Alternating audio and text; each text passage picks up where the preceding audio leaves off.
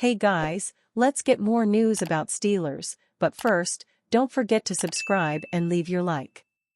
You mad, bro? Failed fake punt debate, criticism of Steelers media, putrid Penguins failures adding up. What a difference a year makes.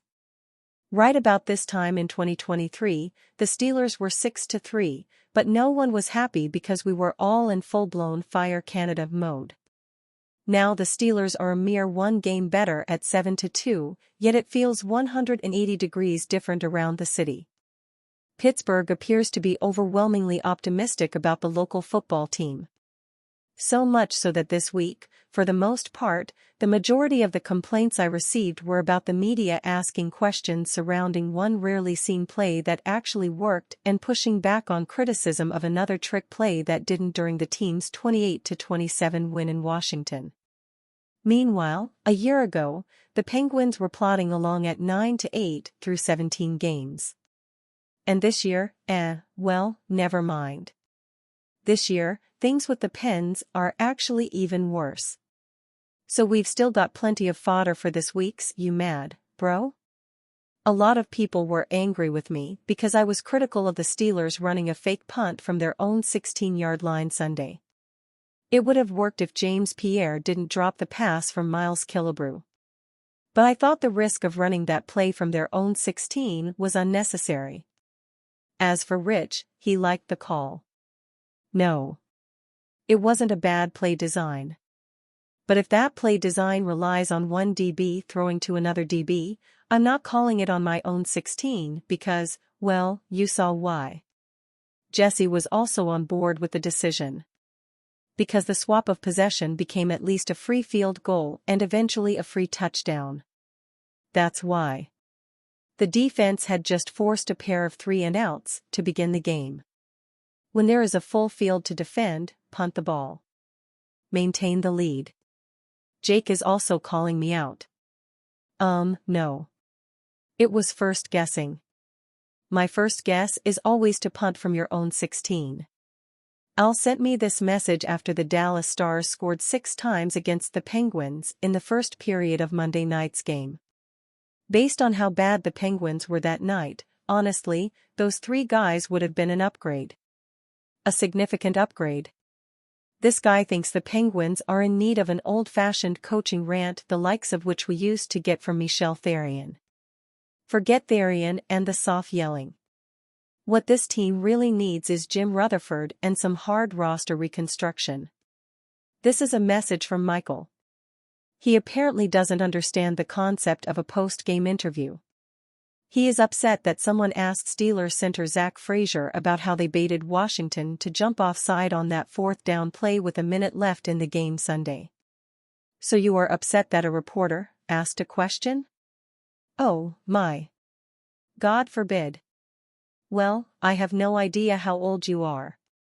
But maybe someday you'll learn that asking questions is a kind of important part of being a journalist. Finally, Dennis was, how can I put this, less than impressed with the Steelers' win in Washington. Lousy. Lousy? Washington is 7-3. The Steelers came back from 10 points down on the road. I don't think lousy is the right word. Occasionally flawed? Yes. Inconsistent? Sure. Uneven? You bet. But, lousy? If 28 points is lousy, based on what we've seen offensively the last few years, I'll take lousy.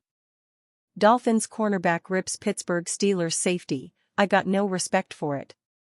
As blunt as ever, Pittsburgh Steelers safety Deshaun Elliott is in the headlines after his podcast appearance on former teammate Marlon Humphrey's Punchline podcast. During the podcast, Elliott talked about his former team, the 2023 Miami Dolphins, and referred to them as soft as expletive. There were some guys who were tough, but the majority of the Dolphins were not mentally tough individuals, Elliott said. So to be on a Steelers team with a full team of mentally tough guys going against a mentally tough team, this is going to be fun. When he said it, Elliott was previewing the Steelers' matchup against the Ravens. Still, the statement reverberated to Miami, and many of his former teammates were unhappy with it. Cornerback Kader Kohou blasted Elliott for saying that, especially since Elliott is on his third team in 3 years. Kohou believes that the moment Elliott leaves the Steelers, he will be trashing them, too, since it is something he does. He's not here for a reason, obviously. I don't know why he would go on a podcast and say anything crazy like that. If that's how he feels, that's how he feels. He could have went on the podcast and said what he wanted to say without trying to throw shots at us. I feel like, when he leaves the Steelers and goes to another team, he'll probably do the same thing. I got no respect for it. I didn't think Deshaun was the toughest guy, Kohou said. The Steelers do not play the Dolphins this year. They could play them at some point in the playoffs if the Dolphins, who are finally healthy, go on a late run in the season to make the playoffs with the 7th seed wide open. However, the teams are scheduled to play in 2025 at Acrisure Stadium. Elliott will be in the second year of his deal then, and that should be a hotly contested game after the comments. Ravens, ex-Pitt CB spills truth on Steelers' game plan versus Lamar Jackson. The Pittsburgh Steelers have experienced quite a bit of success against Baltimore Ravens quarterback Lamar Jackson over the years. But former Steelers and current Ravens defensive back Arthur Maulet told the media that he believes he knows the game plan Pittsburgh's defense will use when the rivals meet for the first time this season in Week 11. Maulet shared the game plan he anticipates the Steelers using with reporters on November 12. So this is what they're trying to do with Lamar Jackson, Maulet told the media, via Fox Sports Baltimore's Morgan Adsit. They're gonna put a person at the dive, and they're gonna run a person straight at Lamar. And they're gonna make him make a decision. So that's their game plan. One person goes to Lamar, one person goes to the dive. Maulet admitted that the Steelers could change their plan against Jackson a little bit. But the defensive back also added that Jackson can throw way better now. Maulet played for the Steelers from 2021 to 22. Division rivals such as the Steelers and Ravens already play each other twice a year.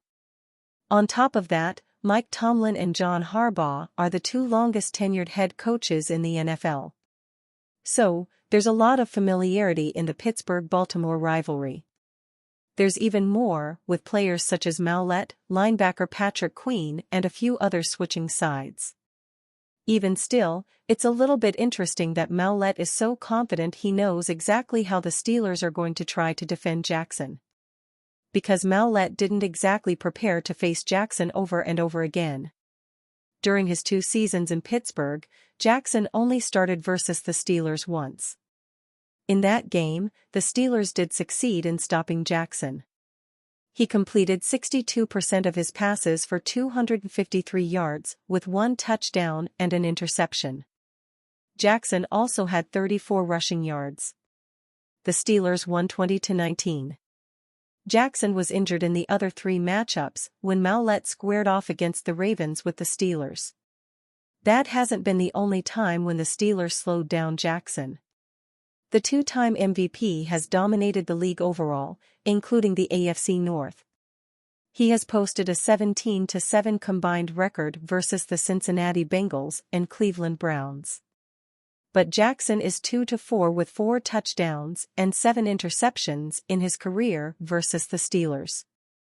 Pittsburgh is the only opponent in the NFL that has posted a winning record versus Jackson and held him to fewer touchdown passes than interceptions. There's another important fact to mention with Maulet's ability to share Pittsburgh's defensive game plan versus Jackson. This isn't Maulet's first season with the Ravens, as he joined Baltimore prior to the 2023 season. And you fan? What do you think of the situation of Lamar Jackson? Leave your opinion in the comments.